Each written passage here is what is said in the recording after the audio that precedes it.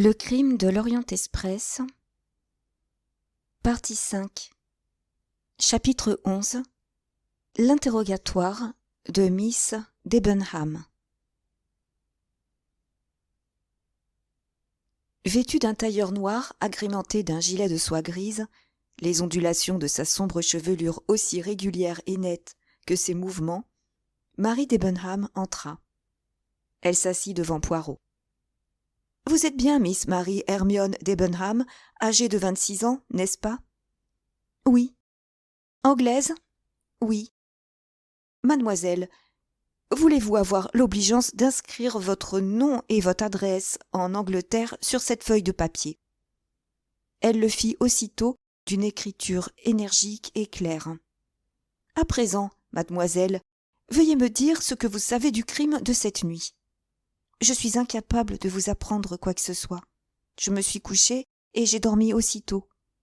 Ce meurtre commis dans le train vous cause-t-il quelque chagrin ? À cette question inattendue, la jeune fille eut dans ses yeux gris un regard étonné. Je ne saisis pas bien ce que vous me demandez. C'est pourtant bien simple, mademoiselle.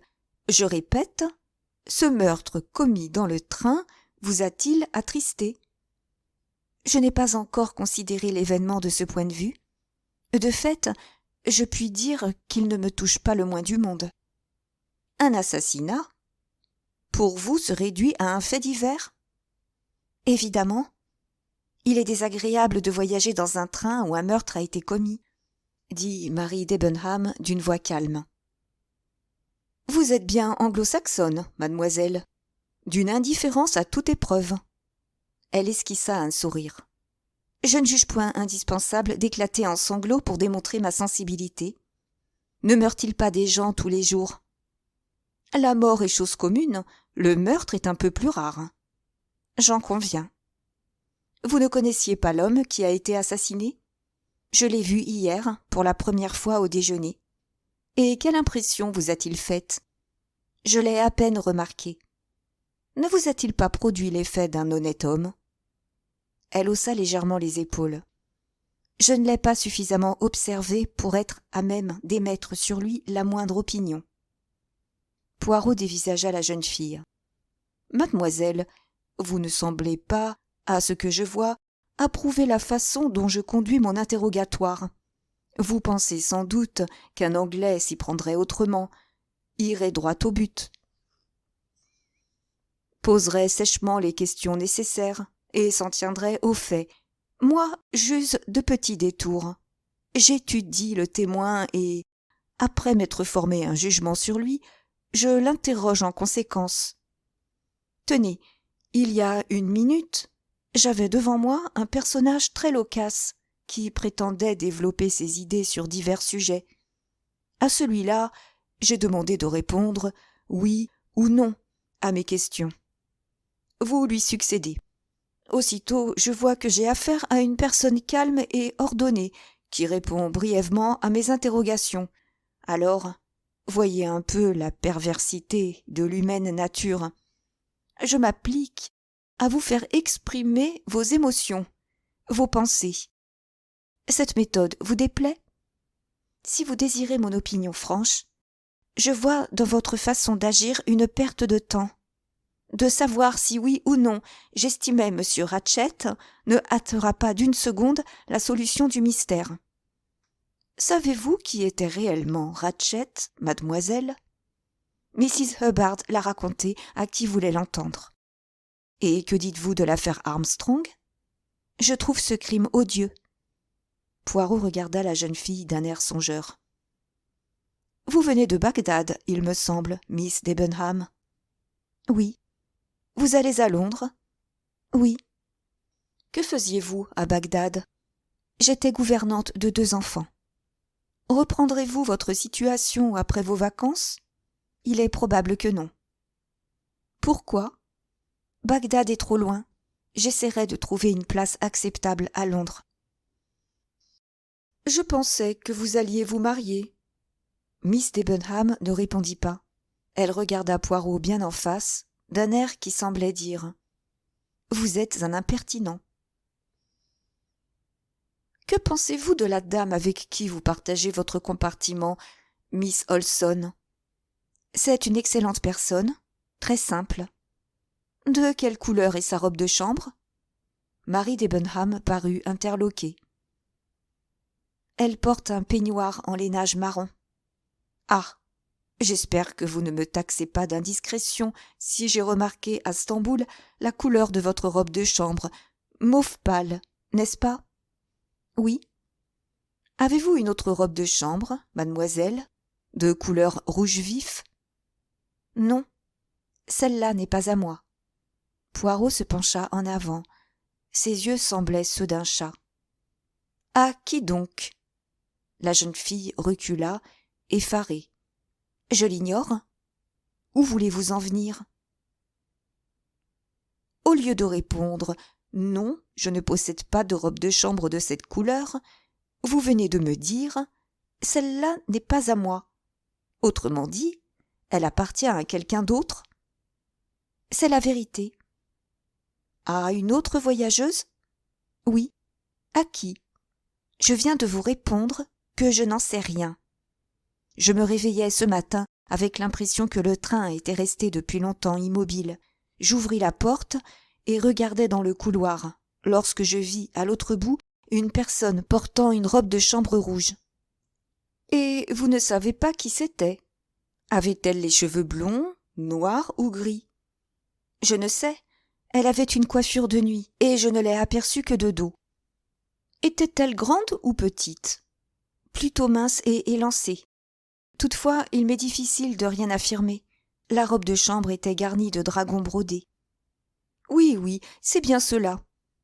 Poirot demeura un instant silencieux, puis il murmura. Je n'y comprends plus rien. Tout s'embrouille. Relevant la tête, il dit à Miss Debenham. Je ne vous retiens pas plus longtemps, mademoiselle. Ah? Elle parut étonnée, mais se leva promptement. Au moment de franchir la porte, elle revint sur ses pas. La demoiselle suédoise, Miss Olson, paraît fort ennuyée. Vous lui avez dit qu'elle était la dernière personne ayant vu la victime vivante, et elle s'imagine que vous la soupçonnez. Me permettez-vous de la rassurer? La pauvre femme ne ferait pas de mal à une mouche, ajouta-t-elle en souriant. À quelle heure est-elle allée chercher de l'aspirine chez Mrs. Hubbard? Peu après 10h30. Combien de temps demeura-t-elle absente? 5 minutes environ. A-t-elle encore quitté le compartiment au cours de la nuit? Non. Poirot se tourna vers le docteur. Ratchet aurait-il pu être tué si tôt? Le docteur secoua la tête négativement. En ce cas, tranquillisez votre amie, mademoiselle. Merci. Miss Debenham sourit encore et ajouta. Cette malheureuse créature ressemble à une brebis apeurée. Elle s'effraie d'un rien et ne cesse de gémir. Miss Debenham sortit. Chapitre 12. L'interrogatoire de la femme de chambre allemande. Mon vieux, dit M. Bouc à son ami, cette fois, je ne vous comprends pas. À quoi rime tout cela? Je cherchais à découvrir un défaut. Un défaut? Oui, dans l'armure de cette jeune fille. J'essayais d'ébranler son sang-froid. Je ne sais si j'ai réussi, mais elle était loin de s'attendre aux questions que je lui ai posées. Vous la soupçonnez? Demanda M. Bouc. Pourquoi? Elle me semble charmante, incapable d'être mêlée à un crime pareil. Tel est également mon avis, dit le docteur Constantine. Une personne aussi froide et aussi maîtresse de ses nerfs, au lieu de tuer un homme, le poursuivrait devant les tribunaux. Poirot soupira. Il faudrait tout d'abord éloigner de vous l'idée tenace que ce crime a été commis sous l'effet d'une colère subite. Quant à Miss Debenham, j'ai 2 raisons de la suspecter. La première, c'est que j'ai surpris une conversation entre elle et le colonel Arbuthnot. Il leur répéta les phrases étranges entendues par lui après le départ d'Alep. Cette coïncidence est pour le moins bizarre et exige des explications, déclara M. Bouc. Tout laisserait supposer qu'ils sont complices. elle et le colonel. Précisément, mais les faits ne le confirment pas du tout. En effet, si ces gens-là étaient complices, on s'attendrait à ce que chacun d'eux prouvât la libye de l'autre. Or, qu'arrive-t-il? La libye de Miss Debenham est défendue par la Suédoise qu'elle n'avait jamais vue, et celui du colonel est soutenu par McQueen, le secrétaire de la victime. Cette solution serait vraiment trop simple. Vous annonciez 2 raisons, lui rappela M. Bouc. Oui, mais l'autre n'est qu'une raison psychologique. Ce crime a certainement été conçu et préparé par un cerveau intelligent, lucide et calme. Miss Debenham possède ces qualités. Vous faites fausse route, je crois. Cette jeune Anglaise n'a rien d'une meurtrière. Passons au dernier nom de notre liste, dit Poirot. Hildegarde Schmidt, femme de chambre. Le maître d'hôtel alla quérir Hildegarde Schmidt, qui entra dans le wagon-restaurant et attendit dans une attitude respectueuse. Poirot l'invita à s'asseoir. Les mains jointes sur les genoux, elle paraissait placide et éminemment honnête, sinon très intelligente. La façon d'opérer de Poirot envers Hildegarde Schmidt différa totalement de celle qu'il avait employée à l'égard de Marie Debenham. Aimable et jovial, il s'efforça de la mettre à l'aise. Ayant obtenu qu'elle écrivît son nom et son adresse, il la questionna sans l'effaroucher et en employant sa langue. « Nous désirons connaître des détails sur l'événement de cette nuit.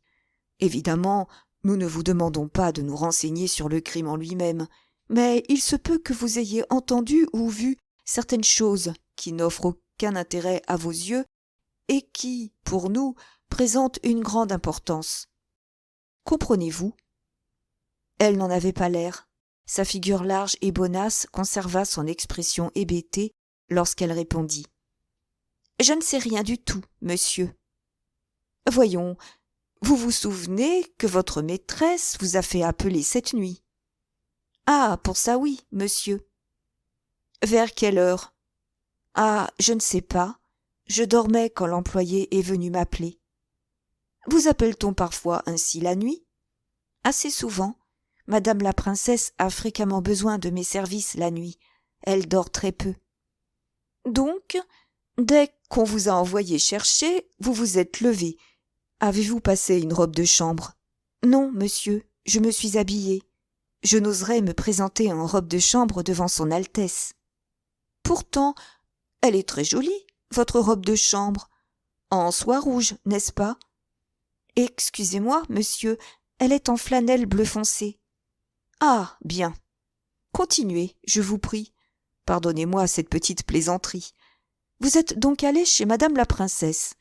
Qu'avez-vous fait une fois là ? » ?»« Je la massais, monsieur, puis je lus à haute voix. Je suis piètre lectrice, mais son Altesse estime que cela n'en vaut que mieux. Elle s'endort plus vite. Se sentant gagnée par le sommeil, elle me congédia. Savez-vous quelle heure il était ? Je n'en ai aucune idée, monsieur. Combien de temps êtes-vous resté auprès de la princesse ? 1 demi-heure environ, monsieur. Et ensuite, comme la princesse avait froid, malgré le chauffage, j'allai prendre une couverture parmi les bagages dans mon compartiment et je revins l'en couvrir. Elle me souhaita une bonne nuit, je lui servis un peu d'eau minérale, fermai la lumière et m'en allai. Et puis, c'est tout, monsieur. Je me remis au lit et m'endormis. N'avez-vous rencontré personne dans le couloir ? Non, monsieur, personne. Vous n'auriez point, par hasard, aperçu une dame portant un peignoir rouge avec des dragons brodés dessus ? L'Allemande roula de gros yeux.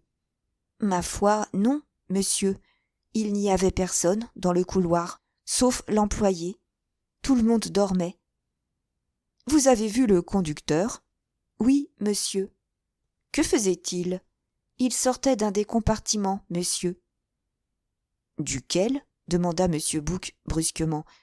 Hildegarde Schmidt parut effrayée, et Poirot lança un coup d'œil chargé de reproches à son ami. Évidemment, dit-il, le conducteur va répondre au coup de sonnette des voyageurs. Vous souvenez-vous de quel compartiment il venait?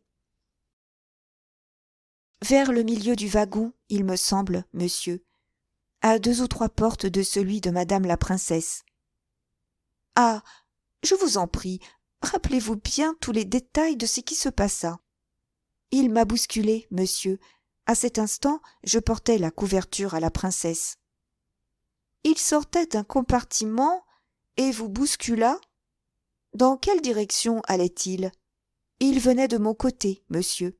Il m'adressa quelques mots d'excuse et continua son chemin vers le wagon-restaurant. À ce moment, on entendit une sonnerie. Mais je ne crois pas qu'il y ait répondu. Elle fit une pause pour réfléchir. Je ne comprends pas comment il se fait. Poirot prit un ton conciliant. S'il lui fallait courir chaque fois qu'on le sonne, il n'y suffirait pas. Ce pauvre conducteur a été tellement dérangé cette nuit. Vous éveiller, répondre à ses coups de sonnette. Ce n'était pas celui-là qui m'a éveillé, monsieur. C'était un autre. Ah bah, un autre? L'aviez-vous déjà vu? Non, monsieur. Croyez-vous pouvoir le reconnaître? Il me semble que oui, monsieur. Poirot murmura quelques mots à l'oreille de monsieur Bouc. Celui-ci se leva et alla à la porte pour donner un ordre. Poirot continua l'interrogatoire sur le même ton cordial. « Avez-vous été en Amérique, Frau Schmidt ?»« Jamais, monsieur. Ce doit être un beau pays. »« On vous a sans doute appris que l'homme assassiné cette nuit était coupable d'avoir tué un enfant. »« Oui, monsieur, je le sais. C'est un crime affreux, abominable. Le bon Dieu ne devrait pas permettre de telles infamies. On ne voit pas de gens aussi cruels dans mon pays. » Des larmes jaillirent des yeux de cette Allemande au cœur sensible. « En effet, ce crime est horrible, » appuya Poirot d'une voix grave. Il tira de sa poche un petit chiffon de batiste et le lui tendit. « Ce mouchoir est-il à vous, Frau Hildegard Schmidt ?» La femme l'examina en silence. Au bout d'une minute, elle leva la tête, le visage légèrement empourpré. « Non, monsieur, ce mouchoir ne m'appartient pas. »« Il est marqué d'un H. C'est pourquoi je pensais qu'il était à vous. »« Ah, monsieur, ce joli mouchoir ne peut appartenir qu'à une personne riche. Il est brodé à la main et on a dû l'acheter à Paris. »« Alors, vous ne savez pas qui est sa propriétaire ? » ?»« Moi ? Pas du tout, monsieur. » Des 3 hommes présents, seul Poirot saisit la légère hésitation d'Hildegard Schmidt.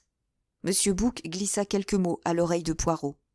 « Les 3 conducteurs des wagons-lits vont venir, » annonça le détective à Frau Schmidt. « Je vous prierai de me dire lequel vous avez vu cette nuit au moment où vous portiez une couverture à la princesse. » Les 3 employés entrèrent.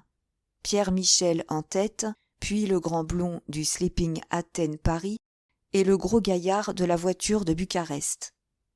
Hildegard Schmidt les regarda tour à tour, puis hocha la tête. « Non, monsieur, je ne reconnais pas l'homme que j'ai vu cette nuit. »« Pourtant, ce sont les seuls conducteurs du train. Voyons, rassemblez vos souvenirs. Vous faites certainement erreur. Je vous jure, monsieur, que ce n'est aucun d'eux. Tous 3 sont grands et forts, alors que l'autre était un petit brun avec un bout de moustache. Lorsqu'il s'excusa, je remarquai nettement sa voix douce, une voix de femme. Je m'en souviens parfaitement, monsieur. Chapitre 13. Résumé de l'enquête. Un petit homme brun à la voix de femme, répéta monsieur Bouc. Les 3 conducteurs et Hildegard Schmidt venaient de quitter le wagon-restaurant. Monsieur Bouc fit un geste de découragement. « Je n'y comprends rien. Rien de rien. Cet ennemi dont parlait Ratchett se trouvait donc dans le train? Où est-il passé? S'est-il évanoui en fumée? J'y perds la tête. Voyons, mon ami, parlez, dites quelque chose. Montrez-nous que l'impossible peut devenir possible. » « Voilà une excellente phrase, » dit Poirot. « l'impossible ne peut se produire. Donc, l'impossible doit devenir possible, malgré les apparences. Alors, expliquez-moi vite ce qui s'est passé cette nuit dans le train. Je ne suis pas un sorcier, mon cher. Vous me voyez aussi perplexe que vous-même. Cette affaire avance de façon bizarre. Elle n'avance pas du tout. Nous piétinons sur place. Comment? Ne possédons-nous pas les dépositions des voyageurs?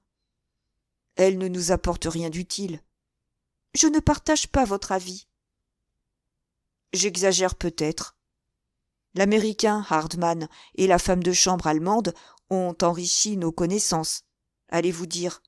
Eh bien, moi, je prétends qu'ils ont encore compliqué l'affaire. Non, non et non. Alors, parlez, supplia M. Bouc. Nous écoutons l'oracle. Ne vous ai-je pas dit, voilà un instant, que j'étais moi-même très perplexe? Mais, du moins, nous pouvons tabler sur des faits, les examiner et les classer avec ordre et méthode. Je vous en prie, continuez, implora le docteur Constantine. Poirot s'éclaircit la gorge et rangea les papiers étalés devant lui sur la table. Revoyons les faits comme ils se présentent en ce moment. Tout d'abord, la victime, Ratchett, alias Cassetti, frappée de 12 coups de couteau, meurt cette nuit. Voilà un fait tangible. Je vous l'accorde, mon ami, acquiesça M. Bouc avec une certaine ironie. Sans se démonter pour si peu, Hercule Poirot reprit. Je négligerai certains détails que le docteur Constantine et moi avons remarqués et sur lesquels nous reviendrons en temps voulu. La seconde question, par ordre d'importance, est, selon moi, l'heure du crime. Nous la connaissons, affirma M. Bouc. Tout s'accorde à démontrer que le crime a été commis ce matin à 1h15. Pardon, ne précipitons rien. Il y a, je le reconnais, plusieurs choses qui viennent corroborer votre assertion. Ah, vous l'admettez tout de même. Sans tenir compte de cette interruption, Poirot continua. 3 hypothèses s'offrent à nous. 1. Le crime a été commis, comme nous le supposons, à 1h15. Cela est confirmé par la déposition de Mrs. Hubbard, par celle d'Hildegard Schmidt, et enfin par le témoignage du docteur Constantine. 2. Le crime a été commis plus tard, et les aiguilles de la montre ont été déplacées intentionnellement. 3. Le crime a été commis plus tôt, et l'heure modifiée à la montre, comme dans l'hypothèse numéro 2, dans le dessein d'embrouiller l'enquête. Si nous admettons la première hypothèse comme la plus vraisemblable, nous devons accepter les conséquences qui en découlent. Si le meurtre a été perpétré à 1h15, l'assassin n'a pu quitter le train. Alors, où se trouve-t-il? Et qui est-il? Examinons sérieusement les faits. L'existence de l'individu petit et brun, à la voix féminine, nous est une première fois révélée par Hardman. Celui-ci prétend que Ratchett lui a parlé de cet homme en lui demandant protection. Mais devons-nous ajouter foi à ce que dit Hardman? Est-il réellement un détective d'une importante agence de police new-yorkaise? À mon sens, ce qui rend cette affaire des plus passionnantes est l'absence des facilités que procure d'ordinaire la police. Dans l'impossibilité où nous sommes de vérifier l'identité d'aucun des voyageurs, force nous est de déployer à tout instant notre perspicacité et notre jugement. Tout d'abord, je me dis, Hardman voyage avec un faux passeport, ce qui le rend suspect. Dès que la police entrera en jeu, elle enverra un câble pour s'assurer si les explications de Hardman sur son identité sont véridiques. Ainsi, vous le déchargez de tout soupçon? Nullement. Un détective américain peut avoir des raisons pour tuer Ratchett. Je veux dire que nous pouvons admettre comme probablement vrai le fait que Ratchett ait engagé Hardman pour le protéger. Le portrait que donne Hildegard Schmidt de l'homme en uniforme de conducteur des wagons-lits correspond au signalement fourni par Ratchet à Hardman. La découverte du bouton par Mrs. Hubbard dans son compartiment vient confirmer ces deux dépositions. Et je ne sais si vous l'avez remarqué, il existe d'autres témoignages à l'appui de ces déclarations. Lesquels?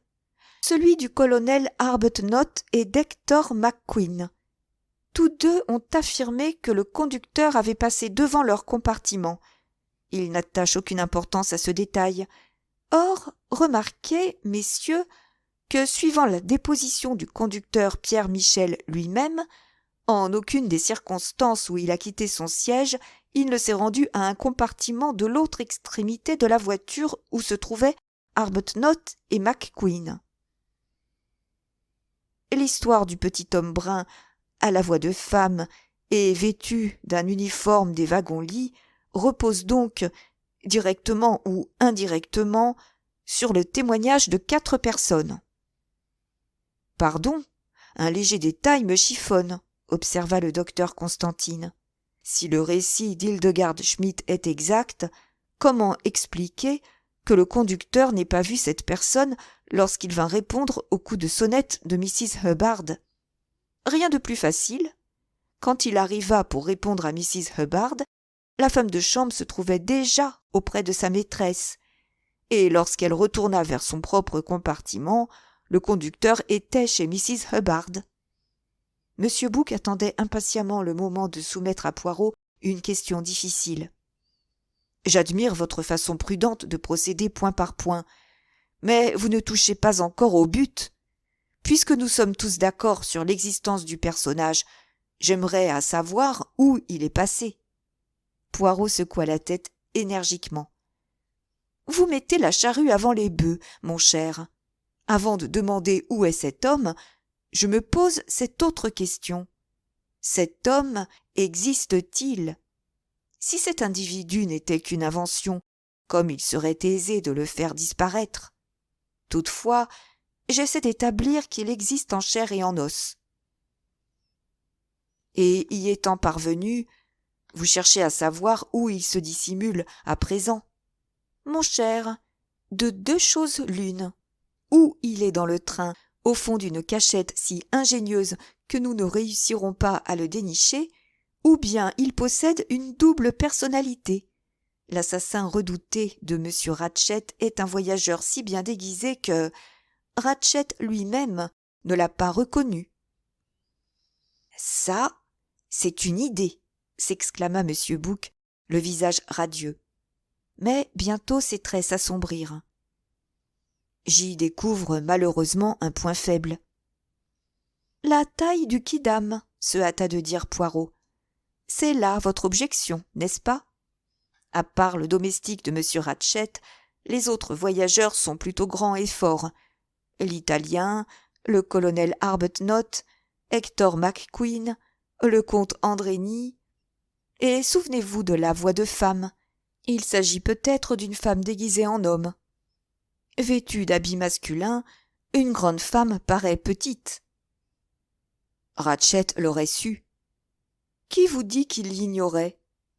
Si cette femme s'était déjà habillée en homme pour atteindre plus facilement son but, Ratchet, craignant qu'elle n'usât du même stratagème, avait prévenu Hardman qu'un homme devait attenter à ses jours, sans omettre de spécifier un homme avec une voix de femme.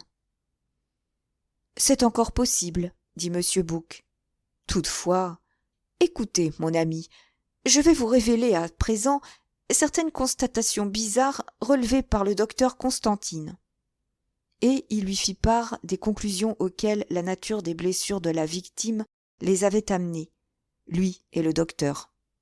M. Bouc émit un grognement d'incrédulité. « Oh, je vous comprends, cette fois !» s'écria Poirot avec commisération. « La tête vous tourne, n'est-ce pas? Votre imagination vous travaille trop, mon cher Poirot. Évidemment, mon hypothèse paraît absurde, irréelle. Et pourtant, mon ami, les faits sont là. C'est de la pure fantaisie, n'est-ce pas? Parfois je suis tentée de me dire que je complique à souhait les choses les plus simples. Cependant… 2 assassins dans l'Orient Express, gémit M. Bouc. Il en aurait pleuré d'indignation.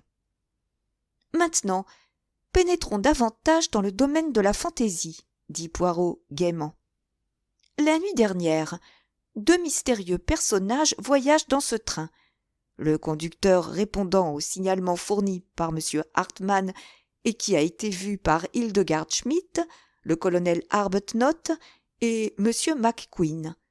Puis une femme grande et mince, vêtue d'une robe de chambre rouge et qui a été vue par Pierre Michel, Miss Debenham, M. McQueen et moi-même. Et, si j'ose m'exprimer ainsi, sentie par le colonel Arbuthnot. Qui était cette femme? Celle-là aussi a disparu comme par enchantement. Aucune des voyageuses ne se reconnaît la propriétaire de ce vêtement rouge. Ne formait-elle qu'une seule et même personne, avec le faux conducteur du wagon-lit? Où sont passés ces 2 personnages? Et, accessoirement, où se trouve à l'heure actuelle l'uniforme des wagons-lits et le peignoir rouge? Ah, voilà enfin quelque chose de sensé, s'écria M. Bouc en se levant. Fouillons les bagages de tous les voyageurs. Poirot quitta également son siège. Je vais vous faire une prédiction. Vous savez où se cachent ces vêtements? J'en ai une vague idée. Nous vous écoutons. Vous découvrirez le peignoir rouge dans les bagages d'un homme et l'uniforme des wagons-lits dans la valise d'Hildegard Schmidt. Hildegard Schmidt? Vous croyez donc? Non, ce n'est pas ce que vous supposez. Suivez-moi bien.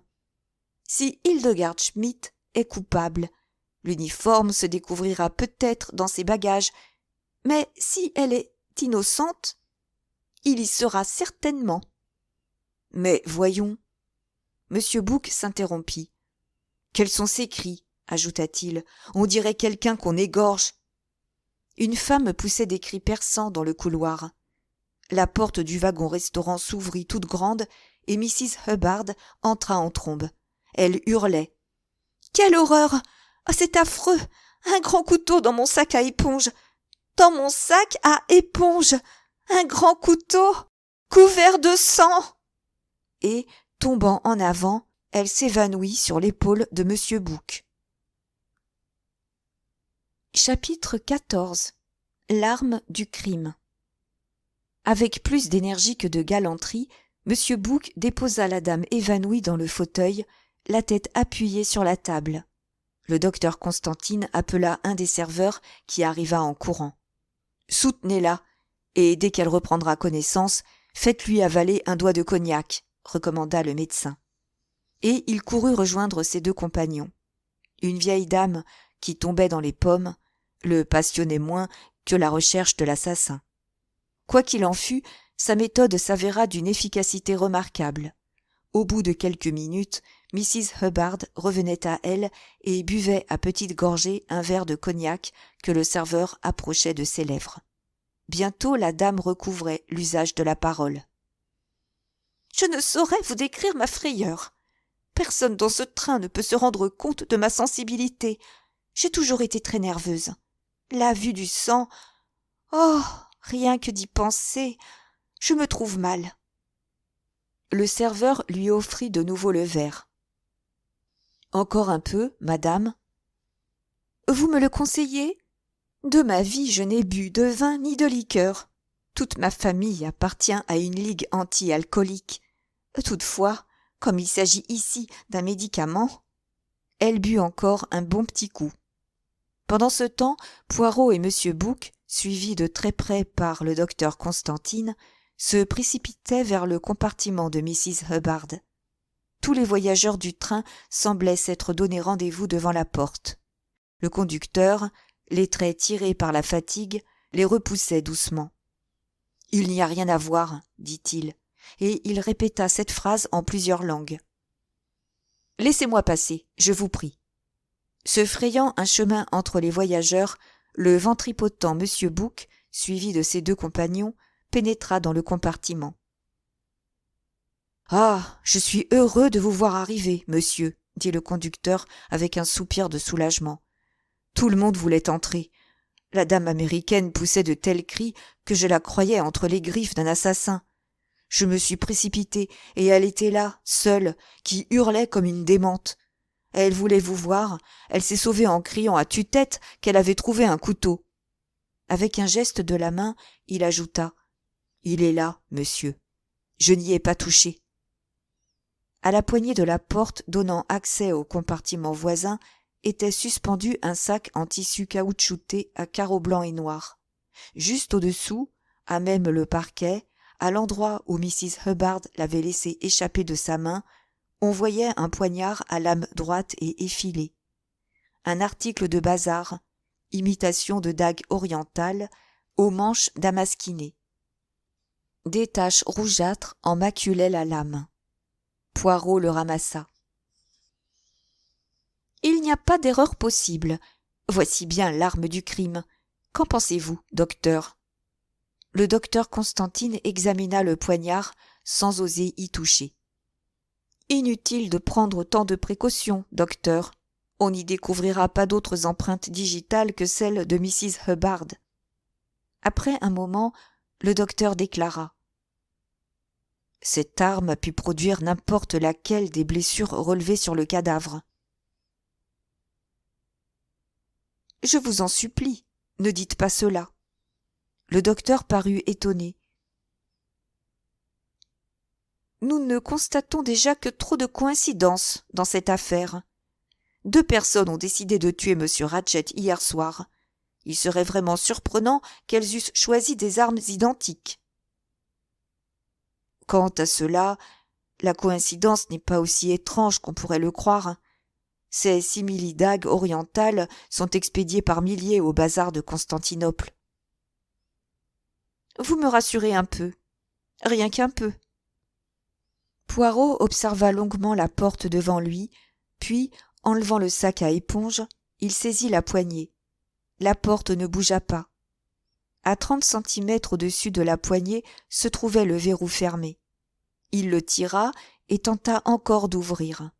La porte ne remua pas davantage. « Nous avons poussé le verrou de l'autre côté, vous en souvenez-vous ?» dit le docteur. « En effet, » fit Poirot d'un air distrait. Le sourcil froncé, il semblait penser à autre chose. « Cela corrobore vos premières constatations, » annonça M. Bouc. « L'homme s'enfuit par ce compartiment. En refermant la porte, il pose la main sur ce sac à éponge. Il lui vient à l'esprit d'y fourrer son arme sanglante. Ignorant qu'il a éveillé Mrs. Hubbard, il sort par l'autre porte dans le couloir. » Oui, c'est bien ainsi que les choses ont dû se passer. Cependant, Poirot gardait un air perplexe. « Qu'y a-t-il » lui demanda M. Bouc. « Vous ne paraissez pas convaincu. » Poirot lui lança un rapide coup d'œil. « Rien ne vous choque ici ?»« Non, bien sûr. C'est un mince détail. » Le conducteur avança la tête dans le couloir. « Voici la dame américaine qui revient. » Le docteur Constantine parut un peu embarrassé. Il avait traité Mrs. Hubbard de façon plutôt cavalière. Pourtant, elle ne lui adressa aucun reproche. Son énergie mentale se concentrait sur un autre sujet. « Je vais tout de suite vous dire que je ne reste pas une minute de plus dans ce compartiment, » déclara-t-elle. « Vous m'offririez $1 million que je n'y dormirai pas cette nuit. » « Voyons, madame, je sais d'avance ce que vous allez me raconter. Mais je vous préviens que je ne vous écouterai pas. Je préférerais passer la nuit dans le couloir. » Elle se mit à pleurer. « Ah, si ma fille me voyait en ce moment. Si elle… » Poirot l'interrompit d'une voix ferme. « Vous interprétez mal nos intentions, madame. Votre désir est des plus légitimes. On va donner des ordres pour que vos bagages soient immédiatement transportés dans un autre compartiment. »« Ah, tant mieux. Quel soulagement. Mais le wagon est complet. À moins qu'un de ces messieurs… » Mrs. Hubbard abaissa son mouchoir. M. Bouc intervint. Vous allez changer de voiture, madame. On va transporter vos bagages dans le wagon-lit qui a été accroché à la gare de Belgrade. Ah, je vous remercie infiniment, monsieur. Déjà, je suis d'une nervosité extraordinaire. Sentir la présence d'un cadavre de l'autre côté de la cloison, il y a de quoi perdre la tête. Elle frissonna violemment. Michel, ordonna M. Bouc, veuillez transporter ces bagages dans un compartiment libre du wagon d'Athènes-Paris. Bien, monsieur. Le même que celui-ci, le numéro 3. Non, s'interposa Poirot avant que son ami pût répondre. Mieux vaudrait donner à madame un numéro différent. Le numéro 12, par exemple. Entendu, monsieur. Le conducteur saisit les bagages. Mrs. Hubbard se tourna vers Poirot et se confondit en remerciements. J'apprécie fort votre bienveillance et votre délicatesse. Soyez-en certain, monsieur. Ce n'est rien, madame. Nous vous accompagnons pour voir si vous êtes confortablement installée. Escortée par les trois messieurs, elle gagna son nouveau gîte et promena autour d'elle un regard satisfait. C'est parfait. N'est-ce pas, madame? Ce compartiment est d'ailleurs identique à celui que vous venez de quitter. Oui, sauf qu'il est tourné en sens inverse. Mais dans ces trains, cela n'a aucune importance. J'ai dit à ma fille, je veux une place face à la locomotive, et elle m'a objecté, voyons, maman, à quoi bon te tracasser? Quand tu te couches, la voiture va dans une direction, et à ton réveil, elle marche dans l'autre. Et c'est la stricte vérité. En effet, la nuit dernière, quand nous sommes entrés à Belgrade, j'étais assise dans le sens de la marche, et en sortant de la gare, je me retrouvais assise dans le sens inverse. Cette fois, vous voilà satisfaite, madame. Pas entièrement. Nous sommes là, bloqués par la neige, et personne ne s'occupe de nous en sortir. Et dire que mon bateau part après-demain. Nous sommes tous logés à la même enseigne, fit observer M. Bouc. Je n'en doute pas, mais je suis la seule à avoir reçu cette nuit la visite d'un assassin. Ce que je n'arrive pas encore à m'expliquer, madame, dit Poirot, c'est la façon dont cet homme a pu pénétrer dans votre compartiment si la porte de communication était verrouillée comme vous l'affirmez. Êtes-vous bien certaine que la porte était verrouillée? Oh oui, d'ailleurs, la demoiselle suédoise a essayé devant moi de l'ouvrir. Reconstituons la scène si vous le voulez bien. Vous êtes couché. De votre lit, vous ne pouvez voir le verrou. Non, à cause de mon sac à éponge. Mon Dieu, il faudra que j'en achète un autre. La seule vue de ce sac me donne la chair de poule. Poirot prit le sac et le suspendit à la porte de communication entre le compartiment de Mrs. Hubbard et le compartiment voisin. En effet, remarqua-t-il, le verrou est placé au-dessous de la poignée et se trouve masqué par le sac. De votre lit, vous ne pouviez vous rendre compte si le verrou était mis. C'est ce que j'essaie de vous faire comprendre. La demoiselle suédoise, debout entre vous et cette porte, mania la poignée et vous assura que la porte était verrouillée. C'est exact. Elle a pu se tromper, madame. Ce verrou n'est en somme qu'un loquet. Il est nécessaire de le mettre dans la position fermée si l'on tient à empêcher le voyageur du compartiment contigu d'entrer. Il est possible que Miss Holson ait manœuvré la poignée, mais le verrou étant poussé dans l'autre compartiment, elle aura cru que de votre côté il l'était également. Ce serait vraiment stupide de sa part. Madame, la bonté et l'intelligence ne vont pas toujours de pair. Évidemment. À propos, en vous rendant à Smyrne, avez-vous suivi le même itinéraire qu'au retour? Non, j'ai pris le bateau jusqu'à Stamboul où un ami de ma fille, M. Johnson, un homme charmant, je voudrais bien que vous le connaissiez, vint à ma rencontre et me fit visiter la ville, qui m'a bien déçue, entre parenthèses. Quant aux mosquées, où il fallait fourrer ses souliers dans des espèces de sandales, où en étais-je donc? Vous parliez de M. Johnson. Ah oui, Il me conduisit ensuite à un bateau des messageries françaises en partance pour Smyrne, où mon gendre m'attendait au quai. Que va-t-il dire quand je lui raconterai tout cela dans ma prochaine lettre? Ma fille prétendait que j'aurais moins d'ennuis en voyageant par chemin de fer. Comment pourrais-je décommander ma cabine sur le paquebot? Oh, c'est affreux. Une fois de plus, Mrs. Hubbard était prête à fondre en larmes. Poirot, qui commençait à s'impatienter, saisit ce moment pour lui dire « Après cette violente émotion, madame, il faut vous remonter un peu. On va commander au serveur du restaurant de vous apporter du thé et des biscuits. »« Le thé ne me dit pas grand-chose, » gémit la brave dame. « C'est une habitude anglaise. »« Du café, si vous préférez. Vous avez besoin d'un stimulant. »« Ce cognac m'a un peu tourné la tête. Je boirais volontiers une tasse de café. »« Tout d'abord, voulez-vous me permettre de jeter un coup d'œil dans vos valises? Pour la forme. »« Pourquoi ? Nous devons fouiller les bagages de tous les voyageurs, sans vouloir vous rappeler un fait désagréable, votre sac à éponge. »« Grand Dieu, vous avez raison.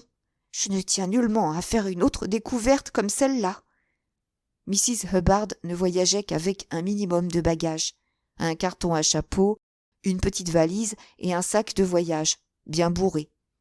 Cette visite n'eût guère demandé plus de 2 minutes si madame Hubbard n'avait insisté pour qu'on admirât les photographies de « ma fille » et de 2 gamins plutôt laids. « Les enfants de ma fille, n'est-ce pas qu'ils sont mignons ?» Chapitre 15. Les bagages des voyageurs. Ayant proféré quelques compliments mensongers et assuré Mrs. Hubbard qu'il allait lui faire apporter du café, Poirot prit congé et sortit en compagnie de ses 2 amis. « Nous voici bredouilles, » remarqua M. Bouc. « Où allons-nous fouiller à présent ? À mon avis, le plus simple serait de procéder par ordre, en suivant le couloir. Commençons par le numéro 16, l'aimable M. Hardman. » M. Hardman, en train de fumer un cigare, les reçut avec la meilleure grâce du monde. « Entrez, je vous en prie, messieurs. Du moins, si vous pouvez tenir tous 3 dans un espace aussi restreint. » M. Bouc expliqua le but de leur visite, et le détective new-yorkais approuva cette initiative. « Parfait. Je me demande pourquoi vous ne l'avez pas fait plus tôt. Voici mes clés, messieurs. Et si vous désirez fouiller mes poches, ne vous gênez pas. Voulez-vous que je descende mes valises ? » Le conducteur s'en chargera. Michel ? Le contenu des valises de M. Hardman fut rapidement passé en revue. Peut-être s'y trouvait-il une quantité trop considérable de liqueur. M. Hardman cligna de l'œil. La douane visite rarement les bagages aux frontières, du moins si on ne fait que traverser le pays. Jusqu'ici, je n'ai eu aucun ennui. Mais à la frontière française ? Avant d'arriver en France, je verserai ce qui restera de ces bouteilles dans un flacon étiqueté « lotion capillaire ». « Vous n'êtes point partisan de la prohibition, monsieur Hardman, » observa M. Bouc en riant. « Ma foi, j'aurais tort de dire que la prohibition m'est empêchée de boire. Vous connaissez ce qu'on appelle en Amérique le speakeasy ou cabaret clandestin ? » « Non, je voudrais bien aller en Amérique, » dit Poirot. « On vous y apprendrait quelques méthodes un peu modernes. L'Europe a besoin de s'éveiller, elle dort à moitié. » « Certes, j'admire l'Amérique, le pays du progrès, mais j'avoue préférer mes compatriotes aux femmes américaines. La jeune fille belge ou française surpasse en charme et en finesse celle des autres nations. » Hardman se tourna un instant vers la fenêtre pour contempler la neige. Il clignota des yeux. « Cette neige vous éblouit, » remarqua-t-il. « Vraiment, je commence à en avoir plein le dos de cette panne et de ce crime. Que faire pour tuer le temps ? J'aimerais inventer une occupation quelconque. »« Voilà bien l'esprit remuant de l'Amérique, » prononça Poirot avec un sourire. Le conducteur replaça les valises et ils s'en allèrent dans le compartiment suivant. Le colonel Arbuthnot, assis dans un coin, fumait sa pipe en lisant une revue. Poirot lui exposa le motif de leur visite. Le colonel ne souleva aucune difficulté. Il avait 2 grands sacs de voyage en cuir où tout était rangé avec un ordre tout militaire. « Le reste de mon attirail me suit par bateau », expliqua-t-il. En moins de 3 minutes, l'inspection fut terminée. Poirot remarqua un paquet de cure-pipes. « Vous employez toujours cette même marque ?»« Autant que possible. »« Ah !» Ces cure-pipes étaient identiques à celui que Poirot avait ramassé dans le compartiment de Ratchet. Le docteur Constantine en fit la remarque lorsqu'ils se retrouvèrent dans le couloir. « Tout de même, » dit Poirot, « je ne puis croire à la culpabilité de cet homme. » Le compartiment voisin était celui de la princesse Dragomirov. Dès qu'ils frappèrent à la porte, la vieille dame répondit de sa voix grave et bien timbrée. « Entrez !» Monsieur Bouc, plein de déférence, prit la parole et expliqua ce qu'il désirait. « Je n'y vois pas d'inconvénient, messieurs. Les clés sont entre les mains de ma femme de chambre, qui va vous aider. »« Confiez-vous habituellement vos clés à votre femme de chambre, madame ?» demanda Poirot. « Oui, monsieur. »« Et si, à l'une des frontières, les douaniers demandaient à visiter vos bagages au milieu de la nuit ?» La vieille dame haussa les épaules. « C'est peu probable, mais si le fait se produisait, le conducteur irait prendre les clés chez ma femme de chambre. »« Vous avez une confiance absolue en cette femme. Je vous répète encore que je ne prends à mon service que des gens sur qui je puis compter. Il faut souvent mieux, en effet, employer une personne simple et honnête qu'une femme de chambre mieux stylée, par exemple quelque jolie Parisienne. » Les yeux noirs et perspicaces de la princesse Dragomirov se fixèrent sur les yeux du détective. « Qu'insinuez-vous par là, monsieur Poirot ? » ?»« Rien, madame, rien du tout. »« Si, si. Vous pensez que je devrais avoir à mon service une élégante Parisienne ? » ?»« Cela semblerait peut-être plus naturel, madame. »« Hildegarde m'est entièrement dévouée, et le dévouement ne s'achète pas, monsieur Poirot, » déclara la princesse en appuyant sur les mots. L'Allemande apporta le trousseau de clés. Sa maîtresse lui ordonna, dans sa langue maternelle, d'ouvrir les valises et d'aider ces messieurs dans leurs recherches. Pendant ce temps, debout dans le couloir, elle regarda méditativement la neige.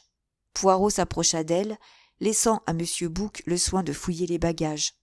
« Eh bien, monsieur Poirot, vous ne vous inquiétez donc pas du contenu de mes valises ? » ?»« Oh, madame, ce n'est là qu'une formalité. »« Est-ce bien sûr ? » ?»« Oui, du moins en ce qui vous concerne. » Pourtant, j'ai bien connu Sonia Armstrong, et je l'affectionnais beaucoup. Vous pensez sûrement que je n'aurais pas voulu souiller mes mains en tuant cet ignoble Cassetti. Sans doute avez-vous raison. Elle garda le silence un instant, puis elle reprit. Savez-vous comment j'aurais aimé traiter ce monstre ? J'aurais voulu réunir tous mes domestiques et leur donner l'ordre de le rouer de coups jusqu'à ce que mort s'ensuive et de jeter son cadavre à la voirie.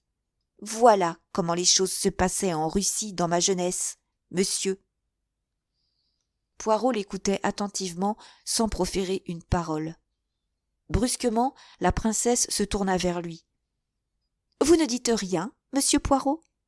À quoi songez-vous donc ?» Il la regarda bien en face. « Je songe, madame, que votre force réside plutôt dans votre volonté que dans vos bras. » Elle abaissa les yeux vers ses bras minces, gainés de longues manches noires et terminés par des mains jaunes pareilles à des serres d'oiseaux. « C'est vrai, je ne possède aucune force physique.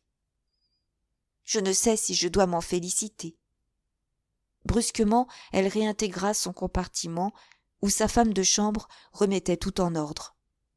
La princesse coupa court aux excuses de monsieur Bouc.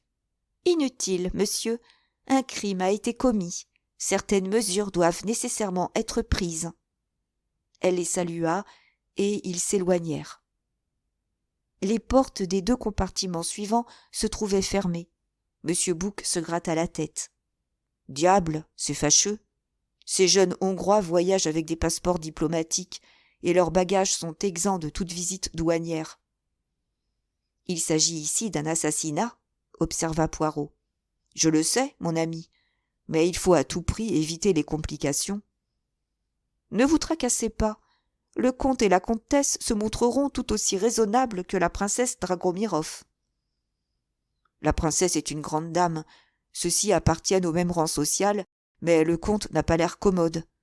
Avez-vous vu comme il s'est comporté quand vous avez insisté pour interroger sa femme? Cette fois, il va nous envoyer promener. Si nous les laissions tranquilles. Après tout, ces gens-là n'ont sans doute rien à voir avec le crime. Pourquoi m'attirer des ennuis inutilement? Je ne partage pas votre avis, dit Poirot. Je suis certain que le comte ne suscitera pas de difficultés. Essayons. Sans laisser à M. Bouc le temps de protester, Poirot frappa à la porte numéro 13. « Entrez !» répondit une voix de l'intérieur. Assis près de la porte, le comte lisait un journal. La comtesse, pelotonnée dans un coin opposé, un oreiller derrière la tête, sembla s'arracher du sommeil. « Pardon, monsieur le comte, dit Poirot, excusez notre intrusion. Nous procédons à la visite de tous les bagages des voyageurs.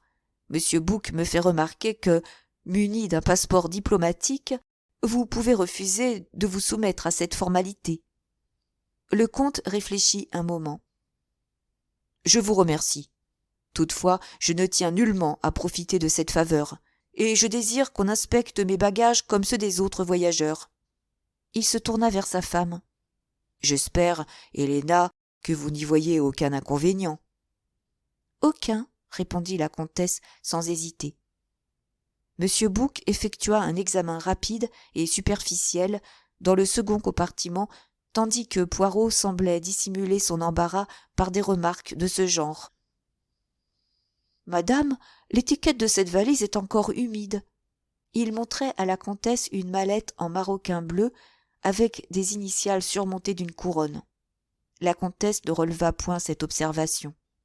Toute cette affaire, c'était visible, l'horripilait. Immobile dans son coin, elle regardait la neige à travers la vitre. Poirot termina son inspection en ouvrant le petit placard au-dessus du lavabo et d'un coup d'œil en vérifia le contenu. Une éponge, un pot de crème, de la poudre et un flacon dont l'étiquette annonçait « Trional ». Après un échange de remerciements et des excuses, M. Bouc et M. Poirot se retirèrent. Le compartiment de Mrs. Hubbard, le compartiment où gisait le cadavre de la victime et le compartiment de M. Poirot venaient ensuite. Puis ce fut le tour des secondes classes. Le premier compartiment des secondes était occupé par Marie Debenham, plongée dans la lecture d'un livre, et Greta Olson, qui, profondément endormie, se réveilla en sursaut à l'entrée des enquêteurs. Poirot répéta son explication. La Suédoise parut très agitée, alors que Marie Debenham conservait son calme.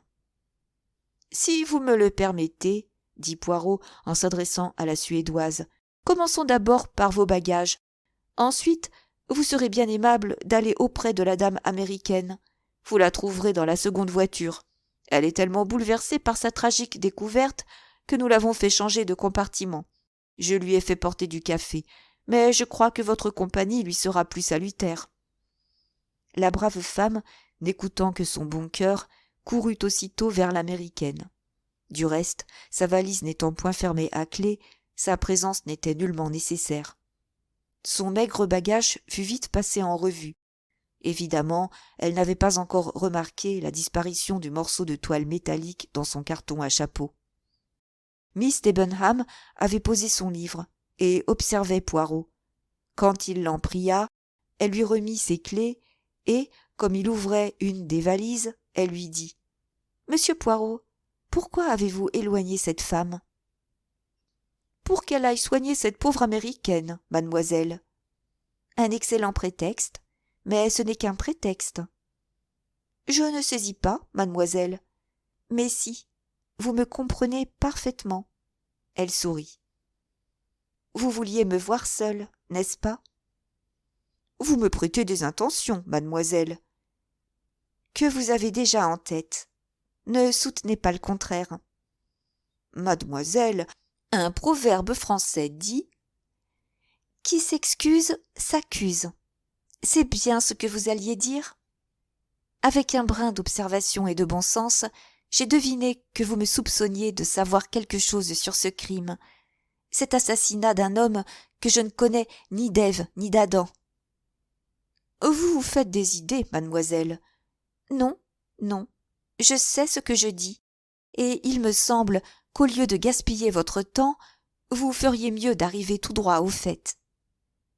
Ah, vous préférez qu'on vous parle sans ambages. Eh bien, je suis votre conseil et vous prie de m'expliquer le sens de certaines paroles que j'ai entendues par surprise au cours du voyage. À la gare de Konya, j'étais descendue me dégourdir les jambes, lorsque votre voix et celle du colonel me parvinrent dans la nuit. Vous disiez « Pas maintenant, plus tard, quand tout ceci sera terminé et loin derrière nous ». Que signifiaient ces propos, mademoiselle? Elle répondit d'un ton très calme. Vous imaginez-vous qu'il s'agissait d'un meurtre? Je vous le demande, mademoiselle. Elle soupira et s'absorba un instant dans ses pensées. Excusez-moi, monsieur, dit-elle enfin, mais je ne puis vous donner le sens de cette phrase. Je vous affirme, sur l'honneur, que j'ai vu ce monsieur Ratchett pour la première fois dans le train. Alors, vous refusez de me donner une explication. Si vous le prenez ainsi, oui, je refuse. Ces paroles avaient trait à un devoir que j'avais entrepris. Et ce devoir est rempli à présent? Comment cela? Oui ou non est-il rempli? Qu'est-ce qui vous porte à le croire? Mademoiselle, permettez-moi de vous rappeler un petit incident. Avant d'arriver à Stamboul, le train a subi un léger retard, et vous, d'ordinaire si calme et si raisonnable, vous avez perdu votre sang-froid, en l'occurrence. Je ne voulais pour rien au monde manquer la correspondance. C'est votre explication. Mais comme je vous l'ai fait remarquer, l'Orient Express part tous les jours de Stamboul, et eussiez vous-même manqué la correspondance, votre retard n'eût été que de 24 heures. Miss Debenham témoigna quelque impatience. Vous ne semblez pas vous rendre compte que des amis peuvent vous attendre à Londres, et qu'un jour de retard bouleverse tous vos projets et vous cause d'innombrables ennuis. Ah, vous vous inquiétez parce que des amis vous attendaient à Londres. Vous ne vouliez pas les décevoir? Évidemment. C'est pour le moins curieux. Que voyez-vous là de curieux? Le train, à présent, a également du retard. Un retard considérable. Et, circonstance aggravante, impossible de prévenir vos amis par câble. Pourtant, cette fois vous acceptez le contretemps avec un flegme admirable. Marie Debenham rougit et se mordit la lèvre. Vous ne répondez pas, mademoiselle? J'ignorais que vous attendiez une réponse. Expliquez-moi ce changement d'attitude, mademoiselle. Ne croyez-vous pas que vous faites bien des histoires à propos de rien, monsieur Poirot? Cela provient sans doute d'une déformation professionnelle.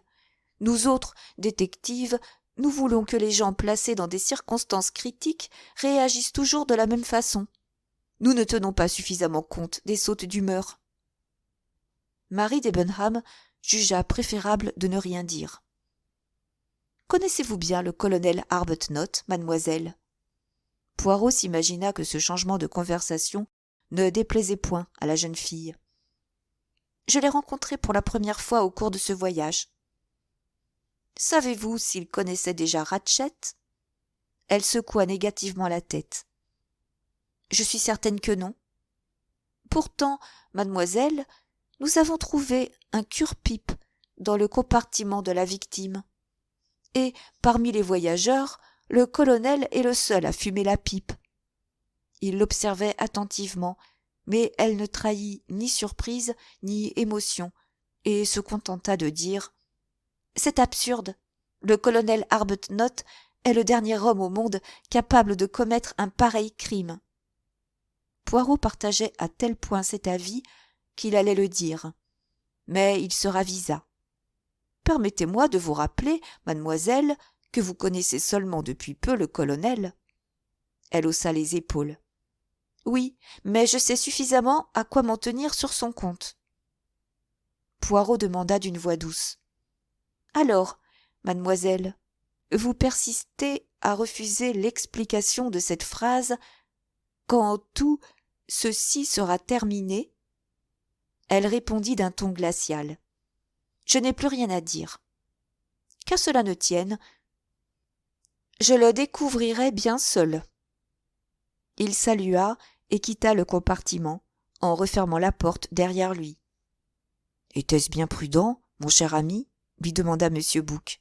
« Vous avez mis cette Péronnelle sur ses gardes, et, par là même, le colonel. »« Mon cher, pour attraper un lapin, vous faites entrer un furet dans le terrier.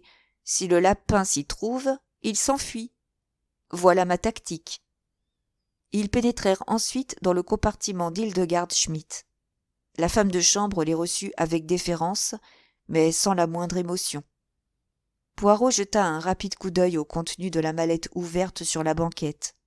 Puis il fit signe au contrôleur de descendre la grande valise du porte-bagages. « Vos clés, mademoiselle, s'il vous plaît. »« Elle n'est pas fermée à clé, monsieur. » Poirot libéra les moraillons et souleva le couvercle. « Ah, vous souvenez-vous de ce que j'avais prédit, mon ami ?» dit-il à M. Bouc. « Regardez plutôt. » Sur le dessus de la valise s'étalait, plié en hâte, un uniforme d'employé des wagons-lits. « Ah !» s'écria l'Allemande. « Cela ne m'appartient pas. Ce n'est pas moi qui l'ai fourré là-dedans. Je n'ai pas ouvert cette valise depuis notre départ de Stamboul. Je vous le jure, messieurs, vous pouvez me croire. » Le visage bouleversé, elle regardait les visiteurs. Poirot lui prit doucement le bras et la rassura. « Nous vous croyons sur parole. Ne vous inquiétez pas. Aussi sûr que vous êtes un excellent cordon bleu, ce n'est pas vous qui avez rangé cet uniforme dans cette valise. Vous faites très bien la cuisine, n'est-ce pas ?» Prise au dépourvu, la femme répondit. « Oui, mes patronnes m'ont toujours complimenté. Mais l'air effaré, elle s'arrêta soudain, la bouche ouverte. « C'est très bien, » dit Poirot. « Calmez-vous. Je vais vous expliquer moi-même ce qui s'est passé. Cet individu, le même que vous avez croisé, vêtu de l'uniforme des wagons-lits, sortait du compartiment de la victime et comptait n'être remarqué de personne. Qu'avait-il à faire ? Se débarrasser de son uniforme, qui, dès lors, était pour lui un danger. » Poirot jeta un coup d'œil au docteur Constantine et à M. Bouc, qui l'écoutait attentivement. « Mais il neige, et la neige dérange tous ses plans. Où cacher ses vêtements ? En passant devant une porte ouverte, il voit qu'il n'y a personne à l'intérieur du compartiment. C'est sans doute celui de la femme qu'il a rencontrée dans le couloir. Il s'y glisse, enlève son uniforme sous lequel il est habillé et le fourre en hâte dans la valise placée sur le porte-bagages. »« Et ensuite ? » demanda M. Bouc. « À nous de le deviner, » dit Poirot. Il déplia la tunique. Il y manquait un bouton, le troisième. Poirot plongea sa main dans la poche et en retira un de ces passe-partout employés par les conducteurs pour ouvrir les compartiments. « Voici comment l'assassin a pu ouvrir les portes fermées, » observa M. Bouc. « Les questions que vous avez posées à Mrs. Hubbard étaient inutiles. Cette clé en main, notre homme a pu s'introduire sans difficulté chez M. Ratchett en supposant que la chaîne de sûreté n'était pas accrochée. Après tout, s'il était assez malin pour se procurer un uniforme des wagons-lits, pourquoi pas également un passe-partout ? En effet, pourquoi pas ? Nous aurions dû nous en douter. Rafraîchissez-vous un peu la mémoire. Michel ne nous a-t-il pas dit que lorsqu'il vint répondre au coup de sonnette de Mrs. Hubbard, la porte donnant sur le couloir était fermée au verrou ? Oui, monsieur, confirma le conducteur. Voilà pourquoi je croyais que la dame avait rêvé. Le mystère commence à s'éclaircir, continua M. Bouc. Le meurtrier avait certainement l'intention de refermer la porte de communication, mais il a pu m'entendre remuer dans le lit et il a pris peur. « Il ne nous reste plus qu'à trouver le peignoir rouge, » observa Poirot. « Oui, et les 2 derniers compartiments sont occupés par des hommes. Nous les fouillerons tout de même.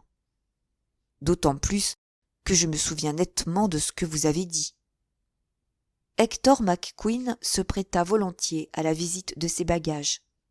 « Je ne demande pas mieux, » dit-il avec un amer sourire. « J'en ai assez d'être tenu pour le plus suspect parmi les voyageurs. Si le hasard vous fait découvrir un testament par lequel le vieux me lègue tout son argent, mon affaire est claire, hein ?»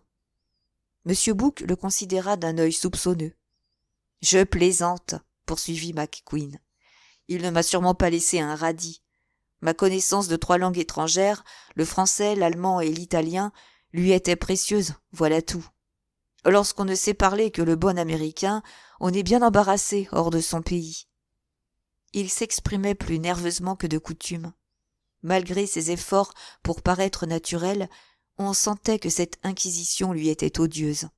« Rien, » déclara enfin Poirot, « pas même un legs compromettant. » McQueen soupira d'aise.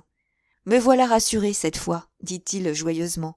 « Vous venez de m'enlever un rude poids. » Dans le dernier compartiment, l'inspection des bagages du grand Italien et du domestique n'amena aucune découverte. Les 3 enquêteurs, debout à l'extrémité du wagon, s'entre-regardaient. « Et maintenant ?» demanda M. Bouc. « Retournons au wagon-restaurant, » suggéra Poirot. « Nous avons interrogé les voyageurs, examiné les bagages. Il ne nous reste plus, à présent, qu'à faire travailler nos méninges. » Il fourra sa main dans sa poche, prit son étui à cigarette, le trouva vide. « Je vous rejoins dans un instant, » dit-il. « Je vais chercher des cigarettes. Cette affaire devient inextricable. Qui, diantre, portait le peignoir rouge? Où se trouve-t-il? Quelque chose m'échappe. Le criminel a tout embrouillé à plaisir. Mais nous allons reprendre la discussion sur ce que nous savons jusqu'ici. Excusez-moi un moment. » D'un pas rapide, il se rendit à son propre compartiment. Il prit une de ses valises qui contenait sa provision de cigarettes. Il la posa à terre et l'ouvrit. Il resta un moment immobilisé par la surprise. Soigneusement plié sur le dessus de la valise, il voyait un peignoir de soie rouge orné de dragons brodés. « Et voilà, » murmura Poirot. « On me lance un défi. Eh bien, je l'accepte. »